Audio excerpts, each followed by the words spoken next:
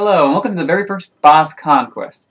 And I thought it would be nice if we did one of the very first bosses I ever did in my hardest boss battle series, and that is Awaneck from Ristar.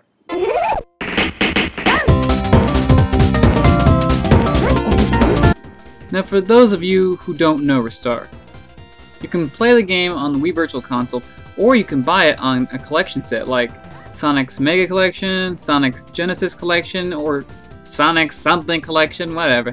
Or if you're like me, you're going to want to play it on the system it was made for, which is the SEGA Genesis right here, or the Mega Drive, depending on where you're from. Ristar is a platforming game where you grab objects to get to a different part of the level or to fight enemies. The entire game is based around this concept, and the game does a lot of clever things with the whole concept in general. But I'm not here to give you a review of the amazingness that is Ristar. I'm more here for like a focused look onto the bosses. And I think we should start with one of the very first challenging bosses in the game, which is Awaneck. At least for me it is. Owlneck is a sour note singing bird that harms you with the ability of his awful music. He will also assault you with a barrage of attacks. I love the whole concept of this boss. It has to be one of the most memorable in the game. You know, out of the 8. And that's not to say that the others aren't memorable. It's a pretty memorable game in general. Now, before we keep on going, I think we need to state this, especially since it's the first episode, and that's that any boss can become easy after practice. Any boss can become easy after learning the strategy. That's just how games generally work. And if you really want to challenge yourself, you should go play this game before watching the rest of this video. Heck, it's a good game anyway. You should play it, especially if you're like a platform gaming kind of guy or a gamer in general. But if you watch this video and you fight the boss, of course you're going to have an easier time with it than I did my first time playing the game and nobody telling me how to play. So do yourself a favor, and if this is a game that you really think you're going to play, please go play it before watching this video, because the challenge will just be, it might not be that much easier, but it will be easier. So without further ado, let's talk about how the boss works. We see that the boss starts out on the perch over here, and you obviously think to yourself, oh yeah, I just have to hit the boss or the perch and I'll hurt him. And hitting the perch does indeed do damage, or at least knocks him off the perch so you can do damage to him. Or her. Your pick.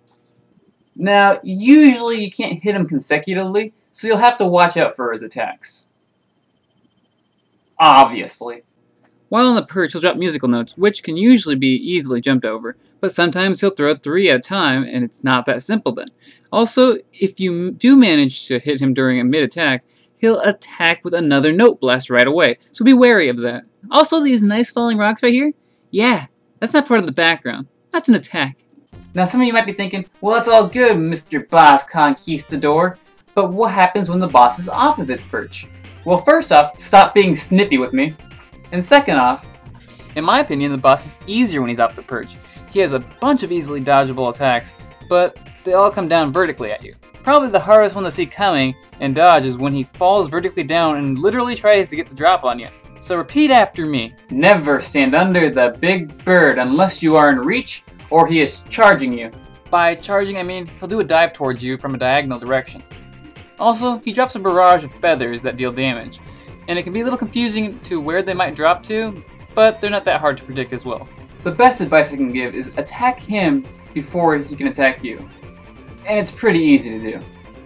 As soon as he gets out of his tumbleweed rolling animation, you can attack him right away. Then, before he gets to his second attack him again. And just like that, he's back on the perch, beating up on the sweet Mr. Elton John bird over there. Another thing you should keep in mind is that it takes 3 attacks to knock him off the perch, and 2 attacks to damage him, and then he'll go back on top of the perch, and you restart the entire process over again, until eventually the boss is defeated. But maybe you're still having some problems. Elton John bird is nice enough to drop health pieces for you too, if you can draw out the battle long enough. But if you're good enough to dodge all those attacks, you're probably good enough to beat the boss without that. But if you're just not gamer enough and you're just trying to, I don't know, show off to a friend and show like, hey, I'm retro, I can beat this game, or a loved one, well, okay, whatever, first off. And second off, I've got a few little tricks about Awaneck that might help you beat the boss quicker or beat the boss easier. But it kind of takes the fun out of the fight. So if you want to have a fun fight, I'd just go try it yourself and try a few of the tricks that I already taught you. But if you still want to try this little trick, kinda cheap, but whatever. First off, you can hide under the perch and attack Awaneck from there. If you face a certain direction, it'll just bounce you back out from under it. But if you turn around and start attacking Owlneck like this, you'll stay under there and get a bunch of consecutive hits off. This makes the perch part even easier than the aerial part. There's another trick where you can get on top of the perch and consecutively keep attacking the perch and knocking Owlneck off as well, but I'm not good enough to do that, or I'm just lazy. Same thing. Now, I don't think the boss fight is that hard that you have to use this trick, but you're free to pursue the boss fight however you wish. After you win, Awaneck flies all over the place and Poyo Pop beans fall out of his body, and you return harmony to the interrupted concert. Hip hip hooray! Now with Boss Conquest, I kind of want to look at the boss in a different way, like how it was in the beta or how it is in the Japanese version. But with Awaneck, there's not really that much to go on. I mean, yeah, other bosses do have differences. Like the ice boss in the Japanese version is a freaking cat. Awesome, right? But unfortunately, or fortunately, depending on how you look at it, Awaneck's beta is kinda hard to find. Hell, it's kinda hard to find any good shots of feel, which is what Ristar was first called. And there is no difference in the Japanese version that I could see. Now, we could end off that and say that's the very first boss conquest, thank you for coming. But we already have the game in, so we might as well take a look at the hardest boss in the game. And that's the last boss in the game, to be honest. So if you really think you're going to play this game and you haven't, I'd just stop, because this is a spoiler, so you might as well go play the game. But if you already have played the game, or you really just don't care about Ristar in general, or plan on playing it, then let's go. Let's fight the last boss. This is going to be Greedy.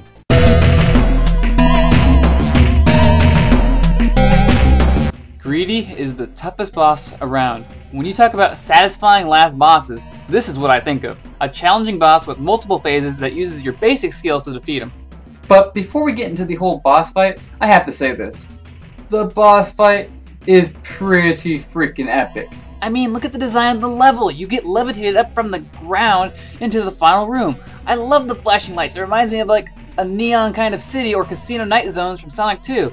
I love that his name is Greedy. I love the song Greedy Game. And he's got a cape. I've never seen an alien wear a cape. It's just such an awesome fight. Now, do not question me about the difficulty of this boss. This boss is hard. It kicked my ass several times the first time playing through it. And my brother, he couldn't even beat it for a year. Literally, it took him a year to finally beat this boss. It's hard. That's pretty much the best way I can describe it. It's hard. And mind you, we were still pretty young when we were playing it. The GameCube was the first time we played it. We played it on the SEGA, the Sonic Mega Collection. Yeah, the Sonic Mega Collection. So, of course, it was going to be harder for us, especially since we'd never played Ristar or seen it. And yeah, we were young. We were still probably in middle school. Maybe he was probably in elementary school at that time. Like I mentioned earlier, Greedy has multiple phases. The first phase consists of fighting off a bunch of pods that bolt off in different directions and shoot down little stars at you. And trying to dodge 5 of those and estimating where the ships will fly is no easy task. The second phase, Greedy starts floating and shooting evil Poyo Pops at you, as well as floating across the entire screen extremely fast. His third phase, you really need to be careful for his one-hit kill black hole attack, and his lightning blast. And the fact that you only have 4 stars can really make this boss one of the hardest in the Sega Genesis library. Heck, if you're playing on hard mode, you only get 2 hits. With all that going on, it's no wonder people call this a hard boss fight. And it is a hard boss fight. But it's not an impossible boss fight.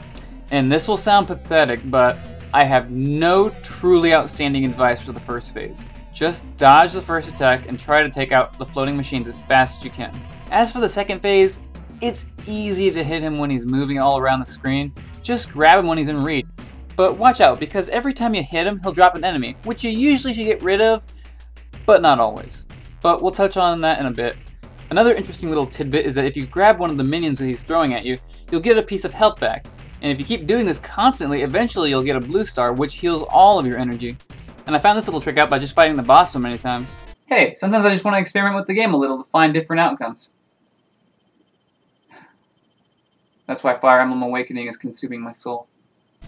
But listen to this warning for the second phase. Do not, repeat, do not ever attack while he has his enemies spinning around him.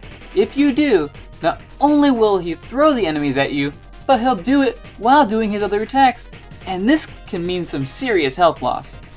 Now for the third phase, probably one of the harder and cooler phases, Greedy will specialize in 2 attacks, creating a black hole that will kill you in 1 hit, and shooting super fast lightning. You see? I told you he was cool. He's got lightning powers. Really? That's like my dream power. Someday, Master Enel and Pikachu. Someday. These 2 attacks can be a hassle at first, but there is a relatively easy way to dodge both. For the black hole, simply hold on to an enemy. But beware, because Greedy always drops another enemy, so you have to be ready to get rid of the enemy you're holding and grab the next one. The second is his lightning attack. Okay, I honestly pissed off my brother pretty bad with this, because he did not know how to dodge the attack, and I figured out how to, just by pure luck. To dodge his lightning, just walk left. Yeah, you heard me.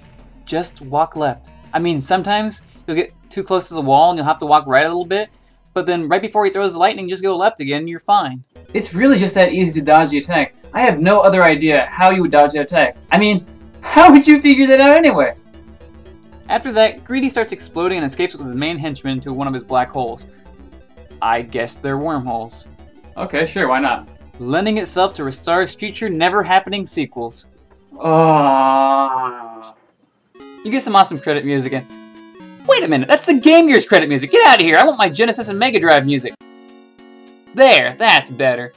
Oh, you also save your dad, who, for some reason, is bigger than Greedy's castle and somehow gets kidnapped. And while we're on the Greedy subject, there is actually a little tidbit of this boss I'd like to share. It's a scene that never happened in the US and UK version of the Greedy fight. At the end of the Japanese version, you got this little scene instead of Ristar jumping into his giant dad's arms. And I actually like the Japanese version better. Why? Simply because it's awesome. Yeah, that's it. I just think it's cooler. Well, it feels like I've covered quite a bit. But at the same time, I feel like I could cover it a little bit more. Ristar is definitely an enjoyable game, and its bosses are by far some of the best in gaming. It's one you should check out definitely, especially if you love platforming games. This is a must-try. And I'm glad to say that SEGA hasn't forgotten our little friend Ristar. He's made multiple cameos from Shenmue as a capsule prize or a gashapon prize.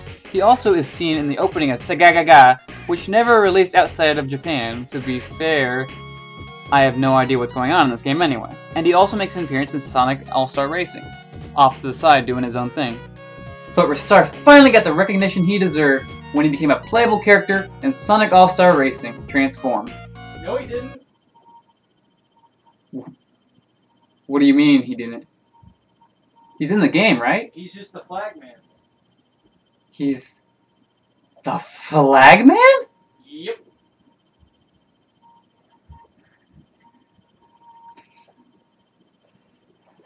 Really, SEGA?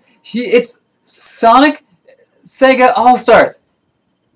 Ristar's a SEGA All-Star. He has a big enough cult following now that he should be in the...